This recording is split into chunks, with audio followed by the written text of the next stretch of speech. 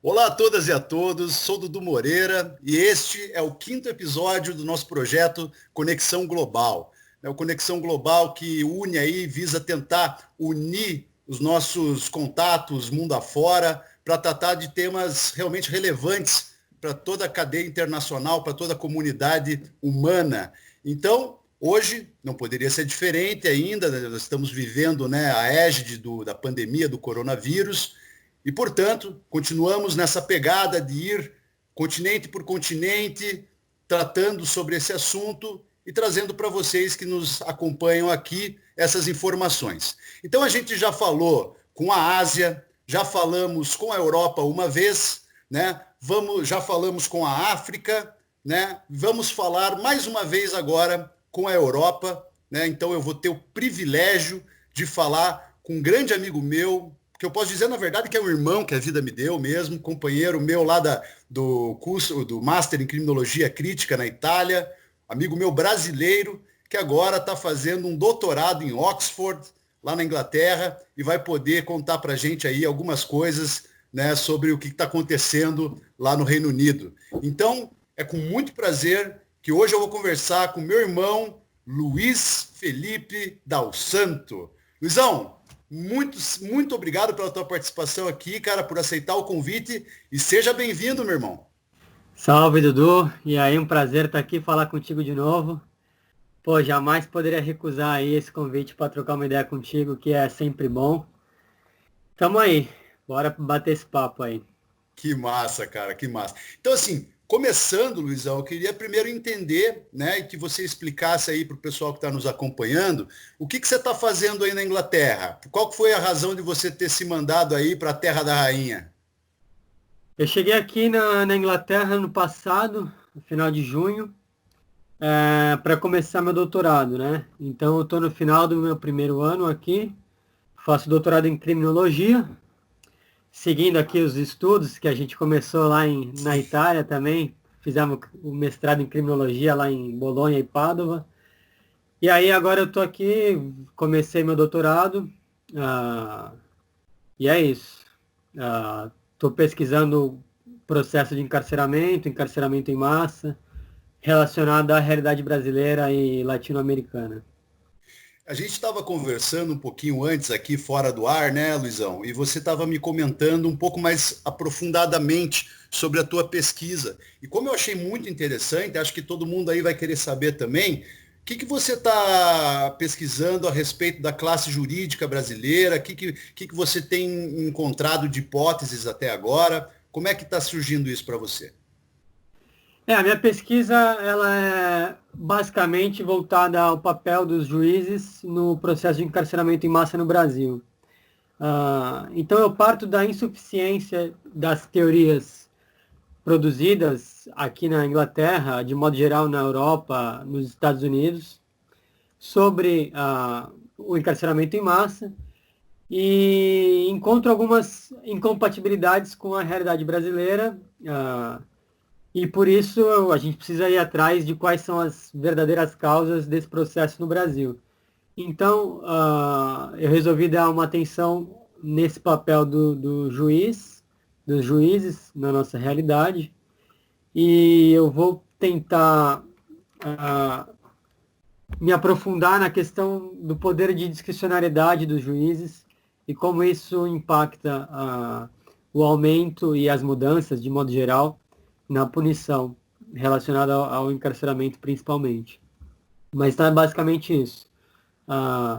Eu parto também de uma diferença entre o que é a classe jurídica no Brasil e o que é ou o que era até então essa classe jurídica aqui, que era considerada como os guardiões platônicos. Então, aqui na Inglaterra, ou de modo geral na Europa, essa elite não deixa de ser uma elite, mas é uma elite liberal, então, que de certa forma se contrapõe àquela realidade que a gente tem no Brasil.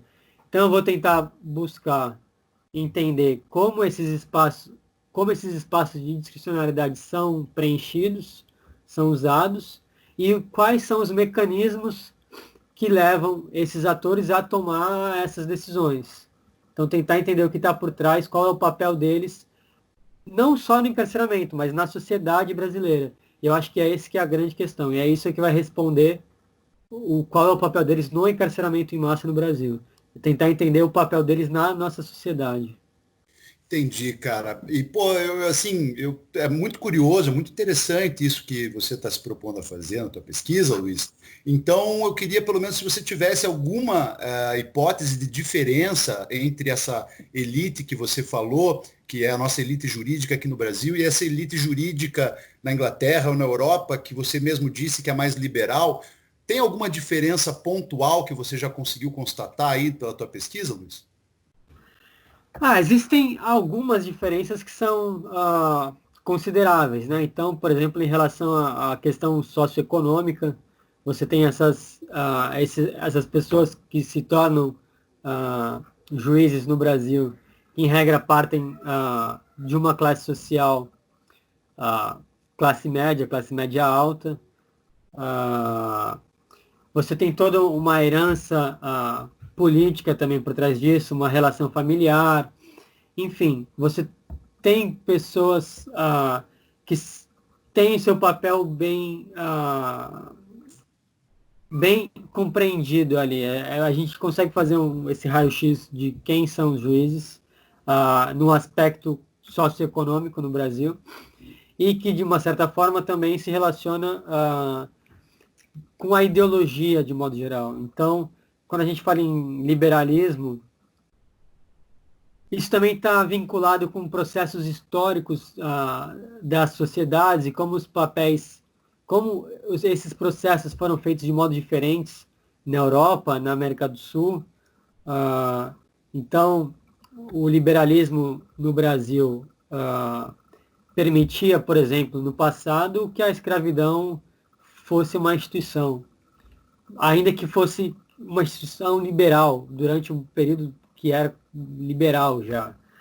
Então você tem essas contradições que não são bem contradições, mas são, na verdade, o outro lado da moeda, né? A outra face do liberalismo na América do Sul. Então, se o liberalismo tem essa abordagem mais de garantia de direitos aqui na Europa, ele assume um papel um pouco diferente na periferia do capitalismo, né? Então, na América do Sul, no Brasil, enfim. Tem algumas hipóteses aí, mas eu ainda preciso me aprofundar, preciso começar a fazer a pesquisa empírica para ir atrás de uma resposta melhor e mais aprofundada. Cara, é muito curioso, é muito legal que você, então, está, né, partindo desse estudo histórico, ideológico, dos processos de formação, né, das civilizações aí, da civilização ocidental, que acabam realmente com esse sistema que a gente está vivendo, separando, né, o mundo na divisão internacional do trabalho e também dentro da questão do que é centro capitalista, o que é periferia capitalista.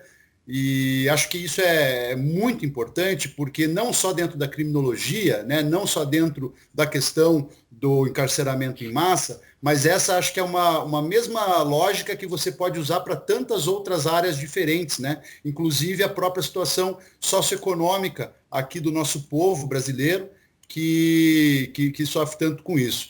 E acho que aí agora, isso também pode ser um gatilho para a gente já entrar na questão do coronavírus, porque, embora seja uma outra situação, seja uma crise sanitária, né, é uma crise sanitária que terá muitas repercussões socioeconômicas e isso agravará ainda mais o problema que já foi gerado por esse sistema todo que nós estamos falando aqui. Né? Então, acho que também tem uma perspectiva para além da saúde, que é uma perspectiva ou de mudar as coisas, né, sistemáticas como elas estão, ou a gente cometer o grosso equívoco, o grosso erro de trazer a manutenção de um sistema que já se provou, né, profundamente desigual e falido no momento atual. Né? Então, já puxando para a questão do coronavírus, para a gente poder, então, mais adiante, tratar sobre essas especulações de cunho mais teórico e de sistema, eu queria perguntar primeiro para você, então, Luiz, como é que você está percebendo a situação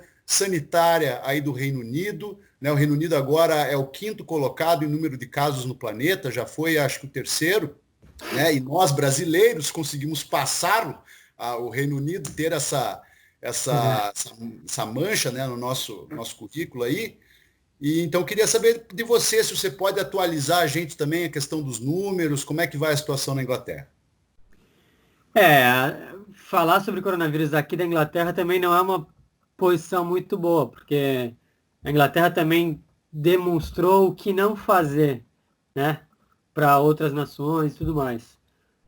Se eu não me engano, a Inglaterra chegou a ser o país com o segundo maior número de mortes. Não só em terceiro, chegou a ficar em segundo, se eu não me engano. Ah, mas o que é interessante é o fato de eu estar na cidade de Oxford, talvez tenha uma relação um pouco diferente do que é o Reino Unido por completo.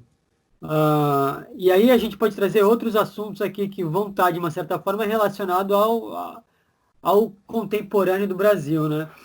Então, por estar em Oxford, por morar numa cidade que é basicamente uma cidade acadêmica, você vê que a população aqui leva a sério todas as medidas que são tomadas e as orientações dadas. Então, se no começo, por exemplo, as orientações partindo do governo britânico não eram tão rigorosas, não eram tão sérias, era basicamente lave a mão e não põe a mão na cara. Tipo, nesse sentido, era bem banal. A maioria das pessoas já seguiu orientações dos acadêmicos, orientações científicas. Então, é muito provável que eu esteja aqui concentrado numa bolha, vivendo no mundo à parte, mas o fato de estar num lugar onde a ciência tem credibilidade é uma coisa que não só impacta de fato a realidade concreta, mas a sua forma de experimentar isso, de se sentir inserido nesse lugar onde você pode confiar no que as pessoas estão fazendo. Você sabe que todo mundo está fazendo o máximo que pode, que todo mundo está levando a sério, que ninguém aqui vai debochar ou vai desconfiar de informações de base científica. Então isso acaba deixando a gente um pouco mais confortável. Isso, mais uma vez, para reforçar, é provavelmente uma visão de quem mora num college aqui em Oxford, que já é por si uma cidade universitária. Mas é mais ou menos isso. Agora, aos poucos, as coisas estão começando a serem novamente mais, como que eu posso dizer, afrouxadas, mas ainda assim, mesmo com as novas orientações de que trabalhe de casa se você puder, que já dá uma margem para todo mundo voltar ao trabalho, você vê que as pessoas não têm saído muito de casa. Então, por exemplo, eu quando eu saio é para ir no supermercado, para comprar coisas desse sentido. De resto, está todo mundo em casa, mas é aquilo, é uma realidade particular, né? Até porque você também agora tem dois filhos pequenos, né? Você tem o Bernardo aí, o Antônio, que é recém-nascido também. Então, eu imagino que vocês devem estar tomando todas as precauções aí também, né, quanto a isso. Exato, exato. Meu filho mais novo nasceu faz quase 3 meses, então, mas de qualquer forma também a gente iria seguir as recomendações e fazer o máximo possível. E o que é interessante é, todo dia, principalmente no começo, né? Todo dia eu recebia e-mail do college, da universidade, passando a limpo as novas orientações, o estado que está. Então eles fazem aqui uma atualização semanal de como estão as coisas no college, então não tem nenhum aluno aqui que mora aqui que foi confirmado com coronavírus. Mas você vê que as medidas são tomadas e as pessoas tentam seguir ao máximo e respeitar, justamente por ter essa consciência de que aqui é um espaço comunitário, então ninguém vive sozinho, entende? Sim. A gente está na mesma, então todo mundo tenta controlar a situação por isso, por ter, responsabilidade social e dois, ter credibilidade, morar num lugar onde a ciência tem credibilidade. Mas é claro, se a gente for falar do Reino Unido de modo mais amplo, aí a gente passa a ter maiores problemas.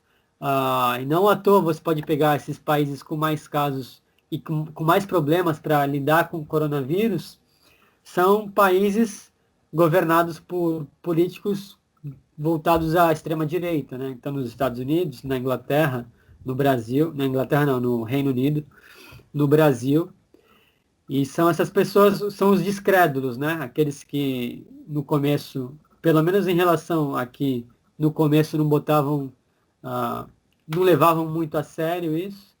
Pelo que eu acompanho, ainda é o caso do Brasil, né? Então, é triste ver como o poder que essas pessoas têm, o espaço que elas têm, acaba sendo exercido para levar desconfiança ao invés de jogar limpo, falar o que acontece. Então acaba confundindo as pessoas. Você vê pessoas seguindo orientações que são baseadas em mentira. Falar para você, né? Não é fake, é mentira. É isso. Então é manipulação. E é uma situação bem triste aí, do que eu posso acompanhar daqui. Só para fechar a situação do Reino Unido, então, e eu quero muito discutir com você a questão do Brasil também, como que vem sendo o teu acompanhamento sobre as notícias sobre o Brasil na mídia internacional, essa daí do Reino Unido que você está tendo também. Mas antes eu só queria ter uma noção de como que está sendo o incentivo do governo para isso. Porque vamos lá, você disse que no começo, né, o Reino Unido não levou muito a sério a situação. Era como você disse, apenas orientações para lavar a mão, não ter tanto contato, enfim. Mas isso talvez tenha ficado um pouco simples demais para a gravidade da situação. E agora a gente vê que ainda assim, eu estou com os dados aqui na mão, o Reino Unido é o quinto país do mundo com maior número de casos, né? Então são 254 mil casos confirmados de corona no Reino Unido e 36 mil mortes, né? Então você vê que é ainda uma situação muito séria que o Reino Unido vive, e eu não me lembro de ver pelo menos não chegou aqui aos meus olhos, nenhuma notícia de que estava tendo essa contraposição entre vida e economia. Tanto que era dito fique em casa, né, depois que a situação começou a ficar um pouco mais grave, mas você não tinha um abandono da classe da classe de trabalhadores, né? Como que é aqui no Brasil, que você simplesmente parou, as pessoas perderam as suas rendas e uma hora ou outra, para conseguir sobreviver, vão deixar o isolamento para atingir a renda. O que o Reino Unido fez? O Reino Unido deu alguns incentivos, né? Eu queria que você tratasse sobre isso, nem que não precisamos nos alongar aqui, porque eu acho que a gente já tem que ir para outro assunto, mas só para você dar esse teu panorama aí, eu queria saber como é que tem sido essa relação, então, do governo preservando empregos dos trabalhadores. Existe um programa político no qual essas pessoas, os trabalhadores, eles são incorporados. Então, eu não sei direito ao certo como é que funciona, como é que está sendo feito isso, mas eu sei que existe uma parcela do salário que é pago, não sei em quais condições, não sei muito bem, não consigo te dar esse detalhe, mas existe um plano e essas pessoas estão sendo tão incluídas nisso, né? E um outro ponto que você falou, é interessante notar como essa questão entre economia e saúde e vida, uma das palavras de ordem aqui é justamente proteja o NHS, que é como se fosse o SUS, né, daqui do Reino Unido. Então, você tem uma preocupação justamente em salvar, em proteger o sistema de saúde do local que você vive, porque, inclusive, é uma forma também de você reconhecer a importância disso e tem implicação econômica nisso também. Então, ainda quando o assunto se refere à questão econômica, o debate, o diálogo pode ser feito de forma diferente. Então, existem prioridades, existem formas de se discutir de que forma a economia vai ser impactada, de que forma a economia tem que ser protegida, qual aspecto da economia é o mais importante nesse momento. Então você vê que aqui existe uma preocupação em proteger o próprio sistema de saúde, e eu não tenho a menor dúvida de que isso também está na conta econômica, entende? Então, é interessante ver isso. Legal, Luiz. Então, agora eu queria passar, né, sobre a questão brasileira. Eu sei que você acompanha muito, queria passar só os últimos dados aqui. O Brasil já tem mais de 314 mil casos confirmados e a gente já passou de 20 mil mortes confirmadas também. E o Brasil está vivendo uma situação peculiar, porque nós, justamente no momento de tamanha gravidade, nós temos um sujeito na presidência da República que, né, desorienta a nação, né, coloca, ao invés de você ter uma unidade narrativa, você tem dentro do próprio governo federal uma duplicidade de narrativas que acaba trazendo uma confusão para o povo, né? E isso também gera resultados. Os resultados são justamente maiores números de infecção, maiores números de mortes e a vida do cidadão brasileiro sendo menos privilegiada por essas pessoas que estão lá no nosso poder. Então eu queria saber de você, Luiz, como que tem sido pintada a situação brasileira aí na mídia internacional, na mídia estrangeira? O que você tem acompanhado sobre isso? O Brasil é apontado como o novo principal foco, né, do coronavírus.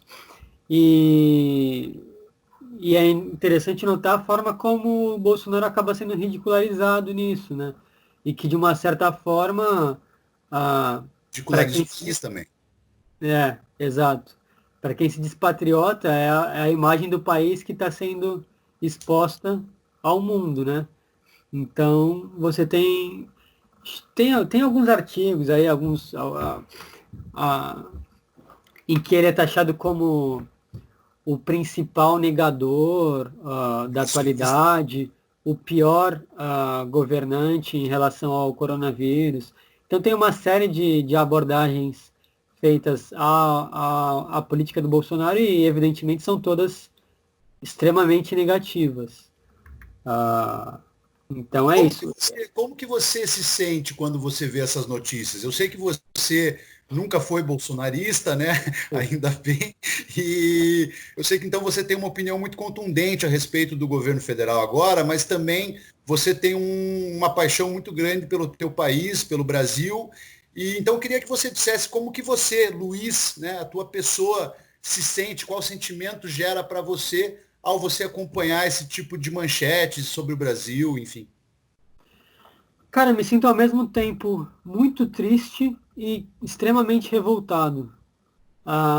Pela forma, pelo deboche, pela sacanagem, pelo mau caratismo, pela forma como essas pessoas que estão no grupo ali do poder, ligados ao Bolsonaro e principalmente o Bolsonaro em si, vem trabalhando, vem colocando em prática e em pauta questões que não são importantes. Então, a toda hora desmerecendo as pautas que são de fato importantes e tentando trazer à tona coisa que é de segunda relevância. E por outro lado, eu fico triste porque, goste ou não, ele é o presidente do país, ele é uma pessoa que influencia milhões de pessoas, e você vê que esse discurso dele acaba fazendo com que muitas pessoas não levem a sério, achem que isso não é um problema, é uma doença, mas não vai me afetar. Se me afetar, existe um remédio que eu não vou nem falar, para não entrar, porque é justamente isso que eu acho que a gente não tem que fazer, não é ficar dando corda para esse papo, que é, sabe? E é isso. Então eu me sinto triste, porque eu vejo pessoas, de certa forma, próximas, descrédulas, achando que, então você vê aquelas notícias de caixão sem vazios. Assim, é banal, é um jogo muito sujo, porque quem faz isso faz com intenções bem claras, entendeu? Não é nenhuma brincadeira. As pessoas que fazem isso, elas sabem as consequências disso. Legal que você fale também, Luiz, porque você agora há pouco falou que não é fake news, é mentira mesmo, né? Eu acho que Exato, tem tentado dar uma gourmetizada nessa questão, mas ao fim e ao cabo, fake news é mentira. É exato, mentira e que é jogo sujo mesmo. Então, pô, concordo exato. plenamente com o que você falou aí. É isso, meu camarada. É isso. Hum. Enfim, Luizão, outra pergunta que eu queria fazer para você é a seguinte, cara. A gente falou sobre um pouco de liberalismo no começo, né? E agora eu quero encerrar também com isso, né? Eu queria pegar a tua perspectiva de como que você enxerga o Brasil sendo talvez a única nação no mundo a lidar com a pandemia de uma forma liberal, né? Então a gente tem aí o comandante da economia do país, que é o Paulo Guedes, falando que os servidores públicos são assassinos do país por exigirem reajuste, enfim, a gente tem aí um repasse grande do governo diretamente para os bancos, onde o Brasil vive aí um oligopólio de 6 instituições financeiras que comandam mais de 90% das operações financeiras no Brasil, e que esse dinheiro foi a maior parte do que foi investido até agora, 75 bilhões, foram diretamente para esses bancos, e esperando-se que eles fizessem, né, essa transferência de crédito para o bolso das pessoas. Só que o que a gente viu é uma falta de fiscalização absurda,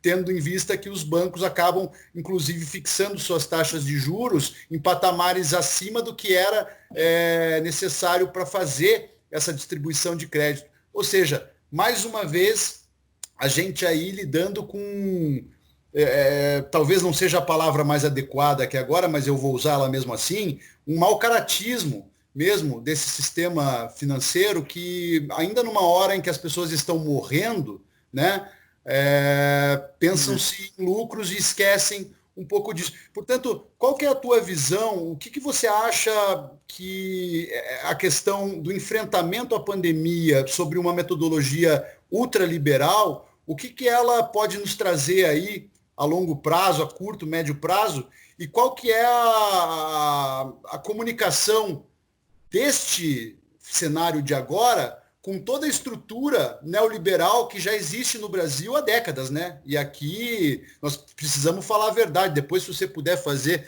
Enfim, começa falando disso, para eu não te deixar com muita pergunta, e depois eu encerro com mais um. É, cara, não tem saída para a crise contemporânea que não passe pelo Estado, pelo papel do Estado, ah, pelo ampliamento, né?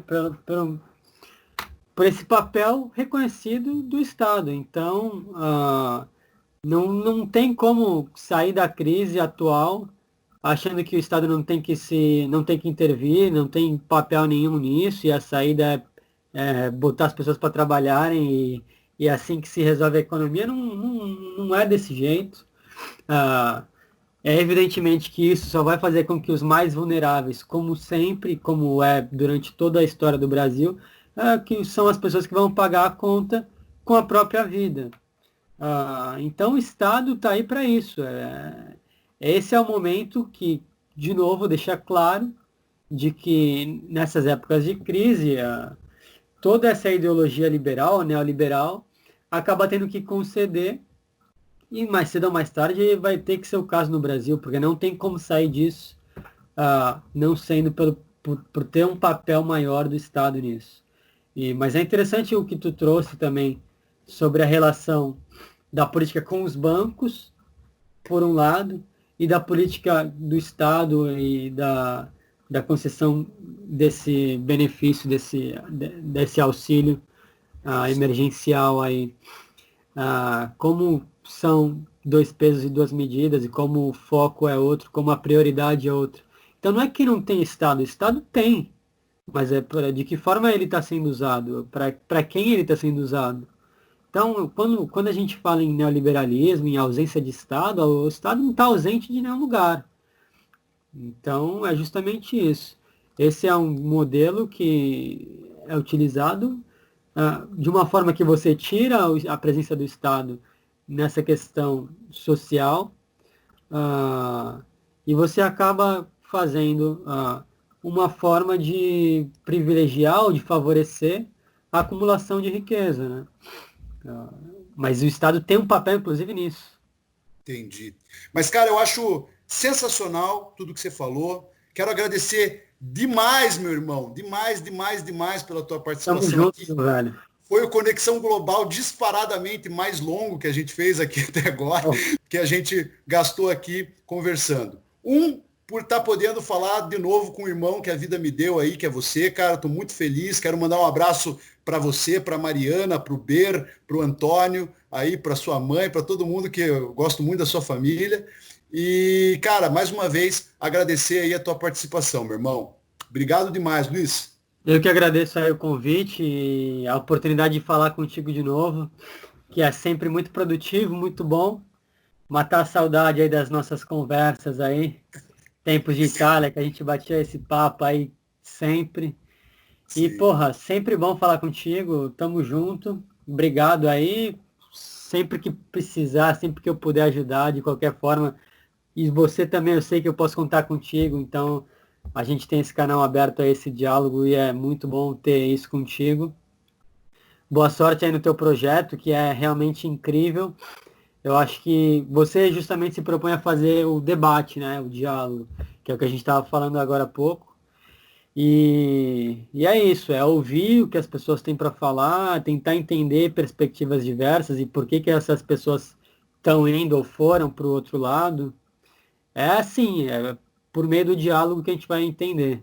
Então, pô, maior prazer falar contigo e todo sucesso aí para ti. Tamo junto, meu irmão. É nóis.